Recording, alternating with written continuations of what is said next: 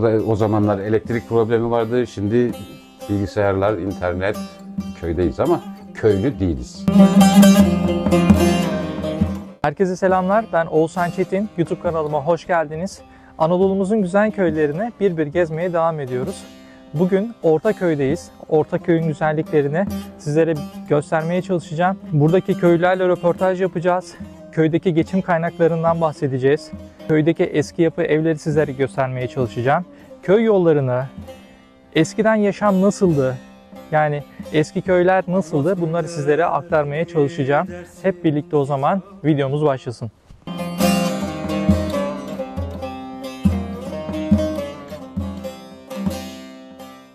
Ben Turgut Akın, Doğlay Köyü'nde yerleşik, kamudan emekli bir kişiyim. 30 küsur yıllık memuriyet hayatından sonra emekli olup bu köyde yaşamaya başladım. 3-4 yıldır da bu köydeyim.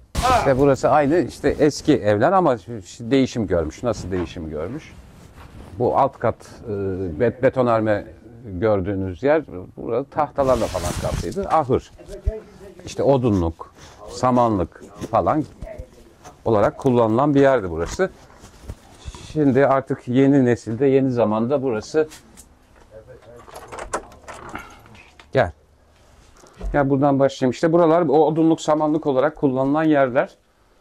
Anlatabiliyor muyum? Şimdi burası işte ne bileyim zemini, burada zemin normal topraktı. Düzelttik buraları böyle işte gündelik hayatı yeni yaşam tarzına göre düzenledik. İşte ne bileyim devam ediyor. Burası işte banyo, tuvalet, işte çamaşır makinesi, eskiden olmayan şeyler, duşakabin. O zamanlar tabii bunların hiçbiri yoktu. Ama çok güzel düşünmüşsünüz. Orada çok bir güzel oda var. değerlendirmişsiniz yani. Şu merdiven daha öncesinde var mıydı? Bu vardı tabii. İlk başta tabii vardı. eve çıkıyor böyle. Şurada çok güzel harika bir kitaplığınız var ya. Harika. Onu işte sonradan onu ben yaptırdım falan. Evet. Çok güzel. İhtiyaca binaen biz burada yaşamaya karar verince. Eski yapı evler hep bu şekilde miydi? Genelde böyledir. Bu şekildeydi, aşağıya değil mi? derler bizde. Anadolu'da da birçok yerde de aynıdır. Hı. Ne hayat altı dediğimiz yer orası. İşte bu. Tabii şimdi bak burada lambiri görüyorsun bütün duvarlarda falan. Eskiden o lambiriler yoktu. Ne vardı? O dışarıda gördüğün ağacın içerideki hali. Böyle deliklerden dışarıyı falan görüyorsun lambiri şeylerden. Şimdi tabii böyle lambiri yapıldı. Böyle girişte bütün evlerde bir boşluk vardır. Odalara dağılır. Şurası açıktı. Mesela burada bizim kullandığımız bir odamız var. İşte burası işte dediğim gibi her taraf lambiri. Tabii yine güzine. Ha gel orijinal bir şey görmek istersen evin hali biraz da bir şey. Bu eski ocak. Şimdi kullanmıyoruz. Eski mutfak burası mıydı? Yok, burası eskiden bir yatak odası. Burada yakılır, ocak yakılır, ısınılır. Hemen bu yanı da şurası da şimdi içinde şeyler var.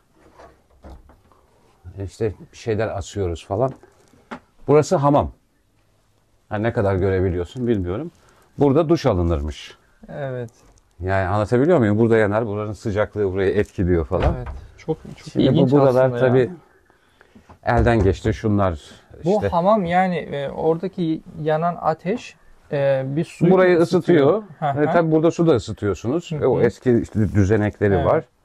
Şimdi tabii onu kullanmıyoruz. Yani Anladım. o şey yok. Eski banyo olarak kullanıyorlardı orayı. Eskiden yani. banyo olarak. Tabii. Anladım. Orada yıkanma, etme. Çok Bu evler böyle. Şimdi evlerin bizim ev mesela biraz alçaktır. O zamanki insanların ekonomik güçlerine göre bazı evler daha yüksektir. Tabii onun için ekstradan 2-3 sıra daha ağaç koyman gerekiyor. O bayağı sıkıntılı işte. Burada 2 tane yatak odamız var. Şimdi bak göstereyim. Mutfak mıydı dedin ya. evet. Eskiden burada da bir ocak vardı. Modern hayat. Bu ocağı biz yıktık. Aynı oradaki gibi. İşte buraya bir tezgah yaptık falan, böyle bir mutfak yaptık. Evet. Güzel olmuş. Ev eski ev. İçinde bazı şeyler değişti. Hayatlar daha farklı. İşte insanların hayatın geldiği nokta, teknoloji farklı. Orada o zamanlar elektrik problemi vardı. Şimdi bilgisayarlar, internet, köydeyiz ama köylü değiliz. Bu köyde köylü yoktur. Köylü nedir? Köylü bir üreten, ürettiğini kendisi tüketen, ondan para kazanan. Bizim köyümüzde üretip para kazanıp onunla geçinen yok. Hep 60 yaş üstü bir tane genç aile var. O da yarı köyde, yarı aşağıda falan. Anladım. Yani yanlış bilgi vermiyorum ama Anladım. yani Evet. öyle. Evet. Buralar böyle. Evin gündelik hali, ortalık biraz karışık. Kusura bakma. Yok, estağfurullah. Çok güzel. Yani eski yaşam, eski köy evleri bu şekildeydi. Hı hı.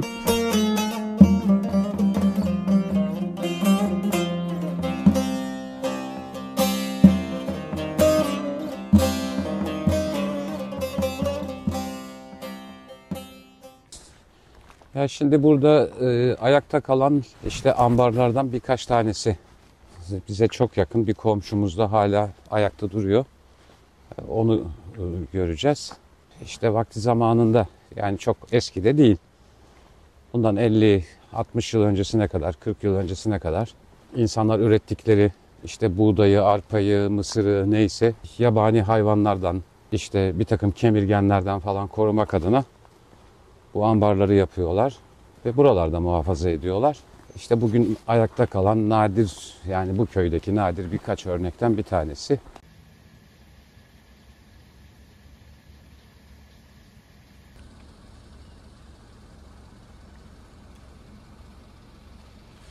Burası Çöllen Deresi diyoruz biz. Köylü Çöllen Deresi diyor. Resmi adı nedir bilmiyorum.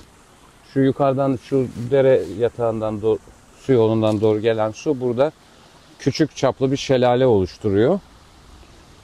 Buradan aşağıya iniyor. Bir de yer altından gelen su kaynakları falan var şuradan doğru. Burada sürekli bu suyun sesini işte köydeki sessizlikte biz duyarız. Havanın yağmurlu olduğu günlerde, bahar aylarında, ilkbaharda, işte sonbaharda, yağmurlu dönemlerde bu su böyle şırıl şırıl. Evet. Bu Çöllen Deresi'nden aşağıya Ayancık Çayı'na, oradan denize. Tabii buralarda bu bölge eğimi yüksek bir bölge. Dolayısıyla riski var. Yani toprak kayması riski olan bir bölge. Her taraf su. İşte doğa malum. Klasik Karadeniz doğası. Her zaman yeşildir. Eskiden burası kullanılıyor muydu? Yok, burası Kaynağı hep olarak. böyle. Yok, bu su herhangi bir şekilde kullanılmıyor.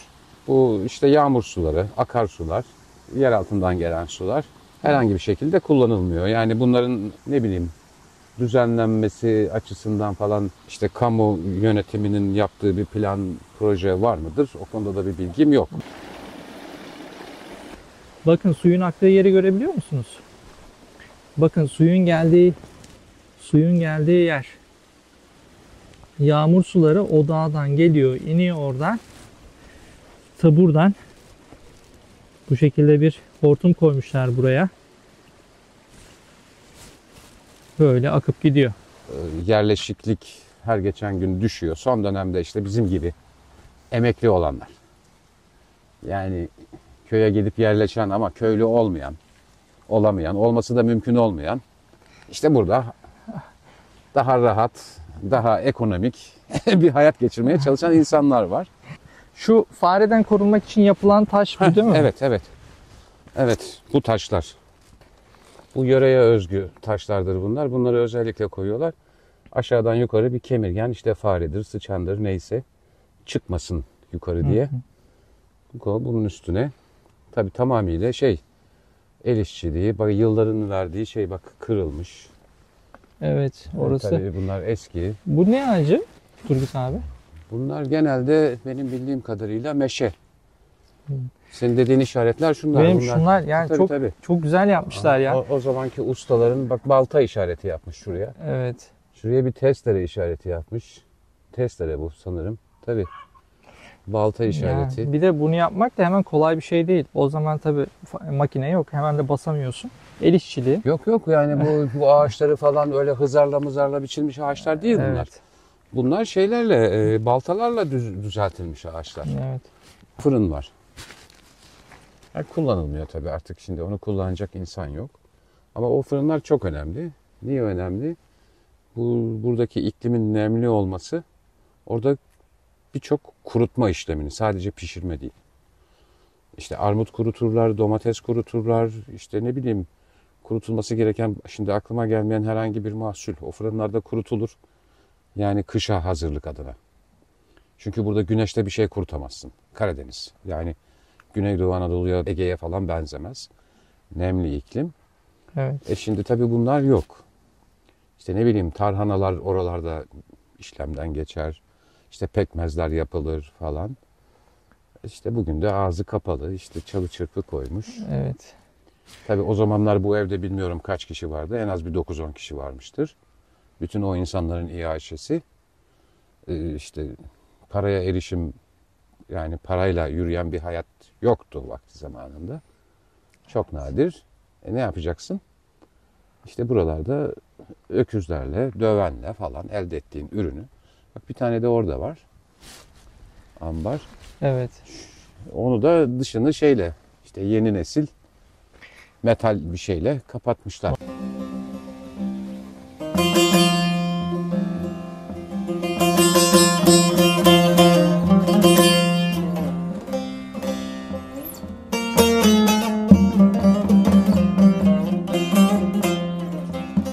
Ben Hasan Aydınoğlu.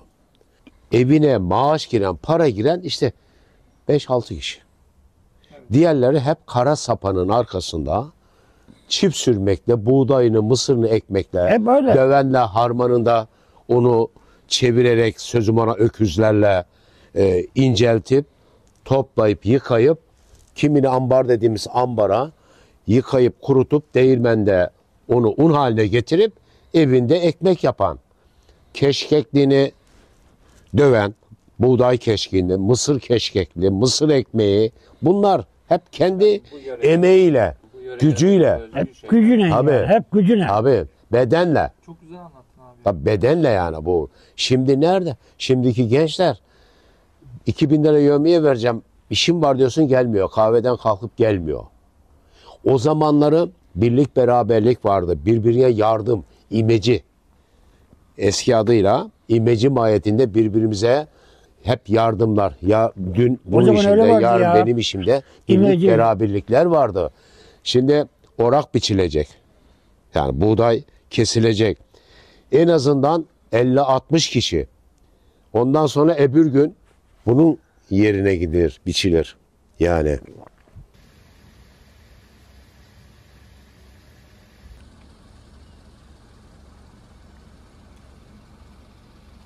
Bu bölgenin armudu, fırıncık armudu denilen bir armudumuz var bizim. Senin memleket itibariyle belki yabancı olabilir, bilmiyorum. Fırıncık armudundan pekmez yapılır. Bir de kış armudu denilen bir armudumuz var. Çok geç olgunlaşan, ancak işte bugünlerde bitti, artık o da bitti. Bu ikisinden pekmez yapılır. Kışlık tüketilir. Çok kaliteli, çok özel bir şeydir. İşte yine bu bölgeye özel, Karadeniz bölgesine özel bir meyve. Çay elması diye biz bu bölgede isimlendiriyoruz. O elmada özel bir elmadır. Bu bölgeye ait. İşte onun dışında klasik bizim burada ne bileyim incirimiz, cevizimiz, işte bu tür meyvelerimiz.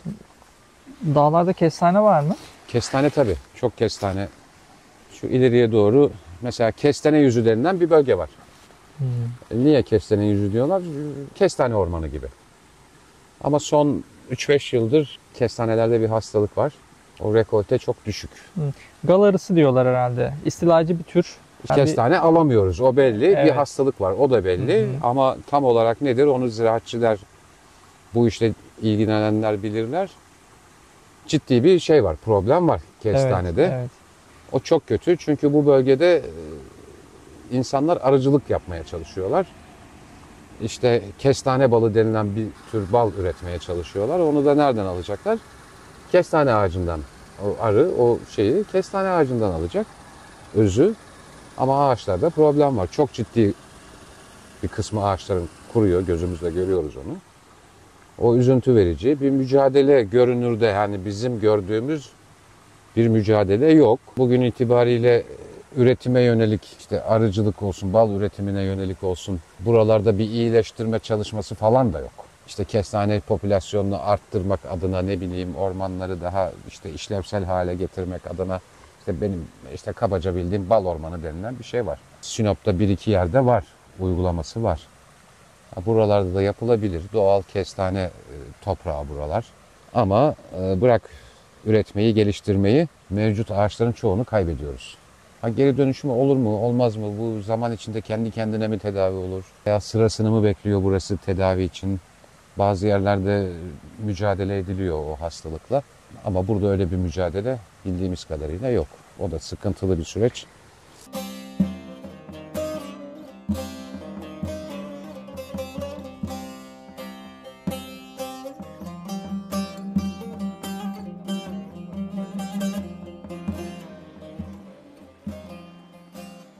Köy meydanı burada, şimdi Karadeniz'de bilmiyorum da hani ben kendi köyüm adına, bizde öyle şimdi genelde şeydir, ya okul ya cami civarıdır.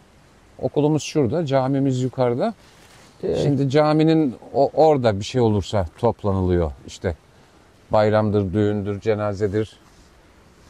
Genelde orada. Eskiden burada, şurada, bu yolun olduğu yerde bir köy evi gibi bir şey vardı.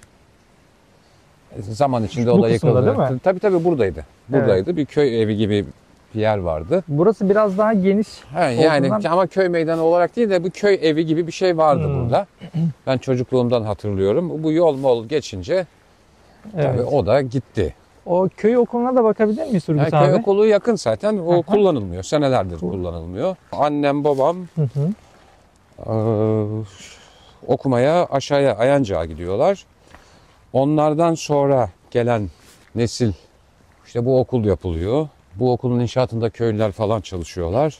İşte sonra bu köy okulları kapanınca işte tabii insan da yok, çocuk yok. Evet. Çocuk Artık hiç yok. Yani şimdi biz köylerimizi kaybediyoruz. Öyle söyleyeyim yani.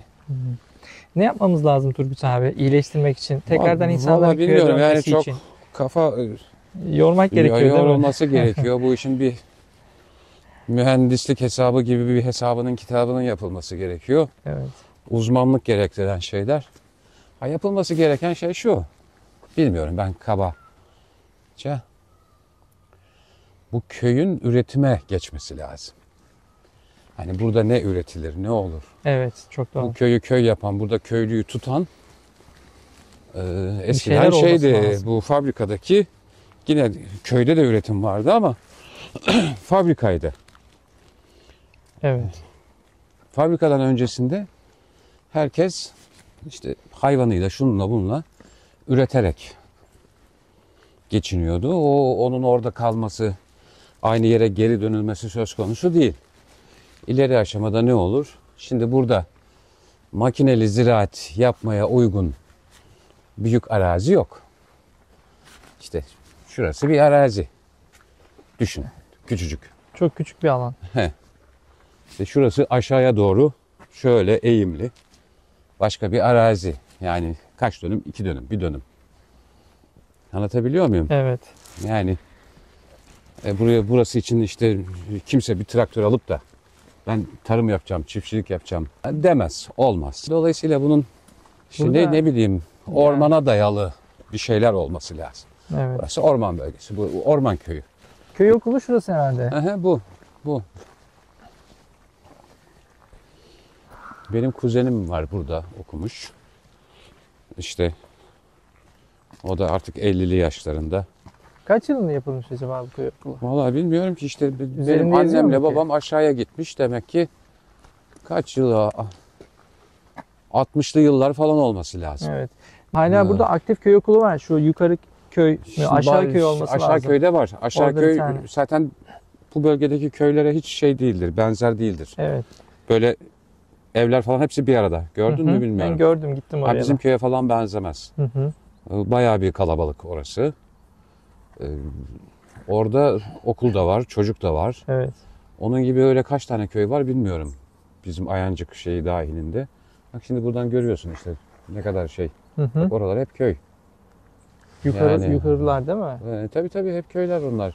Hep parça parça köyler. Tabii. Darmadağınık. Evet. Sıkıntılı. Hep Karadeniz'de hep evler böyle hep dağınık yapılmış. İşte araziden kaynaklı. Araziden kaynaklı değil mi? Araziden Arazi kaynaklanıyor. yapısından kaynaklı. Şey değil yani hep köy bir arada olur da herkesin tarlası tabanı işte Evet. civarda olur. Bizde öyle bir şey yok. Tarlasının bir köşesine yapmış evi. Tabii O yüzden- herkes kendi yerine. İşte şurada Evet. 2 tane ev var yine ahşap. Bir tanesi kullanılıyor, bir tanesi kullanılmıyor. Zeytin de yetişiyor burada Karadeniz'de. Ya Burada. zeytin zamanında bizimkiler, büyüklerimiz bunlardan zeytin alırlarmış. Yağ yapanlar varmış. Kışlık zeytinlerine. Yani o kadar veriyormuş yani zeytin. Tabii şimdi bu zeytinler bakımsızlıktan hiç zeytin falan vermiyor. Baksana zeytinin altına. Evet. Biraz Yani bu- bakım yapılması lazım, Tabii budanması bunun- lazım. Şimdi burada yaşayan insanlar bu bitkiler, ağaçlar konusunda bizler cahiliz. Yani neye ne yapılır, ne zaman neye nasıl müdahale edilir? Kulaktan dolma şeylerle Evet. işte bir şeyler yapmaya çalışıyoruz. İşte böyle çıktıkça manzarada acayip. Ya çok güzel ya. Şu manzaraya bakar mısın abi? Efe manzarayı çek. Yani bu Tabii her yerden değişik manzara. Böyle çok olduğu gibi. başka bir şey ya. Gerçekten sonbaharın renklerini nasıl görüyoruz? Tabii. Şimdi bir 5-10 gün sonra herhalde iyice sararmaya başlar. Daha değişik.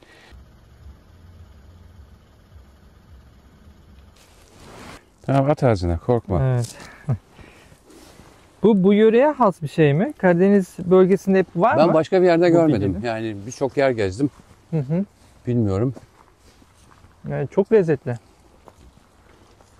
Efe yer misin? Eskiden bunu küfelerle toplarlarmış. Pekmezini yaparlarmış bunu. Ya, O kadar çok tabii. o derece. Yani bu besin değeri açısından bilmiyorum da. Yani doğada kendiliğinden yetişiyor. Tabii. Doğanın Besin değeri armağan çok ettiği bir yüksek. şey bu. Evet. Çok güzel. Çok lezzetli gerçekten. Orada da var. Hı. Geçen komünist başkan da bir video yapmış. Komünist başkan da oraya bir yere yerleşmiş. Küçük Çok küçük güzel. bahçelerde işte bu emekli insanlar bizler işte domates, biber, bir bostan dediğimiz bir şeyler yapmaya çalışıyoruz. Evet. İşte onları tüketiyoruz falan. Daha sağlıklı gıda öyle söyleyeyim yani. Organik tarım, değil mi? Yani tam anlamıyla organik tarım. Niye? Tam anlamıyla çoğunlukla kullandığımız fideler kendi ürettiğimiz fideler. Gübre, suni gübre, yapay gübre neyse kimyasal gübre kullanan neredeyse hiç yok. Hı. Öyle bir kültür yok.